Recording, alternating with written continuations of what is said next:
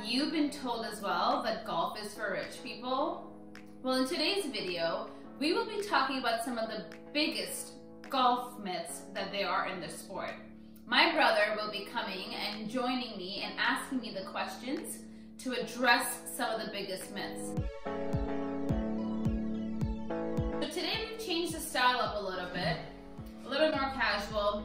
He'll ask me the questions that I've been asked multiple times or that he has been asked as well. And then if you have any additional questions, feel free to leave them in the comments below. I'd be more than happy to address them. Let's begin. Okay, so the big one that I had, and it might be the elephant in the room, is golf racially inclusive? Because it does feel like it's kind of a older white man sport. So from my perspective, golf, I think, was that sport, right? For the older generation, mostly Caucasian, yes. I think that slowly we are penetrating the game to make it more inclusive and welcoming. It's taking a long time, let's be really honest. Like, it's not like an overnight thing that's gonna happen. It's not gonna probably happen in the next 5 years. All of a sudden, you're gonna see all the golf courses being very diverse and very inclusive with, like, you know, all the people of the world you would see on the golf course. I don't see it happening within the next 5 years. The reason why I am doing this YouTube channel and I'm being so vocal about it and talking about it is because I feel very passionate about the fact that golf is for everybody. I know that the perception might be that it's for the older demographic, it's for the Caucasian demographic, but no, I play it. I'm under 40, I am not Caucasian, neither are you, and our younger brother plays the game, and we're immigrants. And that would have been something 10, 15, 20 years ago, like, unheard of. Right now, yes, it is still very heavily male-dominated, the sport, 100%. But you know what? The women are pushing through it. There's a lot more women that are getting comfortable and feeling welcomed and not intimidated by it. The sport is very intimidating, which is why most women won't play it, because that's just in our nature. We're not naturally extremely confident to go and try something where we're not feeling welcomed. So this is the platform I'm using to say it out loud. I am trying to create a safe and welcoming space for everyone to come and learn this sport. That is my goal. Okay, right. Myth number 2, it's expensive. I think most people would agree that that's definitely something that when they think about the sport, that is one of the first things that comes to mind, that it's an expensive sport. Right. Now, the sport can be very expensive if you're going to a private country club, if you're buying the most expensive golf clubs that have come out to market, and you have the most expensive clothes on. You know, that's like me telling you, let's go shop at Louis Vuitton versus Zara. Yes, there's a big difference in pricing. Right. Now, can you look great in both? Yes. Sure. So that's very similar. It's a similar kind of comparison in the sense that, yes, you can go and buy super expensive golf clubs, or you can buy very good secondhand golf clubs. Or there's different ways for you to maybe not buy all 14 clubs, which is how many you need in your golf bag. Maybe you go and you buy a putter, a ball, and a few little things that you need in your golf bag, which is previously my video that I did was very heavy on learn putting, because I think that the game, everyone thinks is you go and you learn the game on the driving range. You go and you hit 1,000,000 balls, you crush drives. Really, you can start with putting in your house. You can buy a $10, $20, $50 putter, whatever's in your budget, and you learn in your house. You can start for cheap. Also, putting is free. Did you know that chipping is free? Like, people don't know that. So I think there's a lot of lack of information and education on the sport because you think the older man who makes a lot of money plays it, right, that it has to be expensive. Or, yeah, Right? Like you could do it out on a park. You can take your wedge and we saw a guy just the other day playing out there with a ball, and so it's easy. You could do it, putt at home. You could get creative with it. Right. So there just needs to be more information out there for people to understand that. Right. And on that note as well, you don't have to go and play private country clubs, right? You can go and play public courses. Public courses can range anywhere from $20 to $50 or $100. Like there's a range in there. But if you're a beginner golfer, why wouldn't you learn and start at a pitch and putt? Right. Like why would you be going to a full 18-hole golf course and putting yourself in a place where you already are intimidated and scared by the sport? Go learn, and you can make the sport much cheaper than the perception that is the sport. out One of the myths is that the sport is very serious. Golf is meant to be social. It is social. It is a social sport. Right. You can go out there by yourself and just get away from, you know, like the worries of the world or whatever you have going on in your house, and you can just be alone with nature if you please. But I would say like 90% of my experience has been wanting to play with somebody, wanting to find a fun group to play with, to socialize, to have drinks after, to have lunch after, to have a bond, essentially. You already answered this, but I'm just going to ask that one of the myths is that you need a full set of clubs, essentially, to play the sport. Yeah, and you've already kind of said like you don't need to go and buy a full 14 set of golf clubs. But what I will suggest is I highly recommend getting lessons. Now, I'm not just saying that because I'm an LPGA golf coach. I am saying that because that's what I did when I was younger. Again, at a default. Our mother took my younger brother and I, and we got taught at a driving range. I'm saying that because golf is very technical. It's like a lot of technique, you know? So if you start creating bad habits, it'll be very hard for you to break them later on. So go and get lessons. So you know what? Your golf coach can tell you, you bring a 7-iron and a putter. You can start with 2 clubs and get lessons from it, and then build. Or you can maybe ask the coach and be like, hey, do you have some that I can start, and can I borrow them and learn that way? And then, you know, once you build your confidence enough, the coach can guide you as to where and what kind of clubs you need. You can get resourceful. Absolutely. Yeah. Absolutely. That's like me just going and just buying a set of clubs, having no idea, and then your golf coach saying, actually, you probably need this set instead of that set. Like as a women's golfer, I probably need a women's set instead of a secondhand men's golf set. Yeah. Right? I didn't realize they were different. Is it just because it's a height, like a length thing? No, it's not a length thing. Okay. It's very detailed. But there's different sets. It's even a senior men's set. Okay. Really? Yeah. Myth number 5. Do you need to go buy a whole new wardrobe to play this game? You do not. And my first video ever was about what to wear on the golf course. So you do not need to go and buy a whole new wardrobe. I suggest you start with your own closet at home. If you haven't already checked out my first video, go check that out. I very specifically tell you what you need to wear in a public golf course versus a private golf course. The private golf courses, as you're also aware, are very strict. Like what you are currently wearing, the sweater might work, but you know, they always prefer a collar. Okay. So you having a round neck without a collar, it won't work. Okay. Correct. Yeah. Also, track pants, like I'm not in track pants right now. I'm wearing formal pants. So, go watch my previous video on what to wear on the golf course. Public golf courses, a lot more casual, a lot more lenient, but I always recommend people Google. Yeah. Google the golf course you're playing at, and it'll tell you what kind of golf attire they are mandating or requiring. If they don't have it, just look presentable. Wear clean sneakers, wear clean clothes, and go and have fun. Okay. Didn't even realize you could wear sneakers, but you can.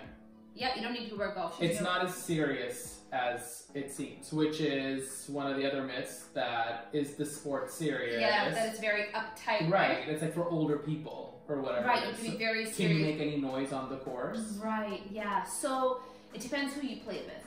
So if you know the people you're playing with, you can have music playing, not blasting music, right? Like so we're on a nightclub. I'm not going to bring my boombox. You can actually, people bring their small little speakers, yeah? Speakers. But like you're not blasting the music so people in the next hole can hear you. The game is about etiquette and respect, right? So if I don't know who you are and you're like, hi, like I'm gonna play with you, do you mind if I play music while we play, or does that bother you? Ask the person. Usually a lot of friends will go out and they'll play music and they'll have a great time. Again, it's a social sport. But would strangers end up playing together? Correct, yeah. So you can get teed up, which means if I go to a golf course and I have no one to play with, and they're like, okay, your tee time, which is a start time, is 12:15, let's say, for example, and they already have 2 other people signed up at 12:15 as well. So when you first go there, they'll tell you your tee time is going to be with X people. Do they need a minimum number? Is that what it is? No, it depends on how busy the golf course is, right? Okay. They try and put people together so they can get more people out onto the golf course. Got it. Okay. It's a time management sort of time management thing. So they usually don't want one person who's going out by themselves. Right. One of the other myths is that the sport takes forever to play, right? Because there's 18 holes. There's 18 holes. Right. Right. What if I don't have time for 18 holes? You know what? You don't have to play 18 holes, and this is what I tell beginner golfers. So it's a myth. It's 100% a myth. You don't have to go and play 18 holes. You can play 9 holes. You can play 5 holes. You can do what you like. You don't have to go and play all 18 now. I actually didn't know that. So how do you do that? Right. So what happens is it all depends on price, right? There's a certain price to play 18 holes of golf. A full round of golf. A full round of golf. Okay. Now, some people... some golf courses might give you a discount or a minimal price to play 9 holes. So let's say that a full round of golf is $50. 18 holes is $50. You're playing 9 holes, it might be $25 or it might be $20, right? So they've cut it in half or a little less than half. Now, if you only want to play 5 holes, you go play your 5 holes and you go off the golf courses. Okay. But you will pay for the 9 holes, sure. right? So that's a minimum. Yeah, you have to play. Yes. What's correct. an average? Well, how long does 9 holes take? Just so people have an idea of how 9 holes takes around, for an average golfer, 2.5 hours. Okay. So they say 2 hours, but it's really 2.5 hours depending on how busy the golf course is. But again, play your 5 and leave, or like I said previously, start at a pitch and putt. Why do you have to start on an 18-hole golf course, which takes you 4.5, 5 hours to play? Start on a smaller golf course, play that, get used to it, understand how the game works, and then take yourself to a full 18-hole golf course. Another myth, or maybe it's not, I can't go on a golf course until I have a handicap or until I'm good enough, whatever that means. So everyone's version of good will be very different when you talk to them. You don't need to have a handicap to go and play on a golf course. What does a handicap mean for people? Handicap is just a scoring system. It just tells you, you know, where you kind of fit in the scoring system. Okay. If you're a beginner golfer, like, you're not gonna have a handicap. You won't even know what that means, which is fine. You can, again, I highly recommend going to pitch and putts. Start at a smaller golf course. But let's say, you know, somebody invites you and you don't have the option for pitch and putt. You're gonna play a charity golf tournament, or you're going to just go out with a client. You've gotten your lessons, you feel confident, you wanna take a client out, you don't really have time to go to a pitch and putt. Well, you know what? Take your client out. Tell the person you're a beginner golfer. You're here to socialize, you're here to have a good time. And you can pick your ball up if you've hit too many bad shots and say, you know what? I'm gonna pick my ball up this hole and I'll play the next hole. And that, I think, is the biggest, like, mind-blowing thing to people, that you do not have to play every hole all the way through. If you're hitting bad shots, pick your ball up, tell the person, I'm gonna pick my ball up, and I'm just gonna, you know, get in my cart and follow. And take off. No, and follow you, and then you are gonna finish the hole, and I'll join you in the next hole. Didn't know you could do that either. Yeah, you don't have to be a professional golfer to play golf.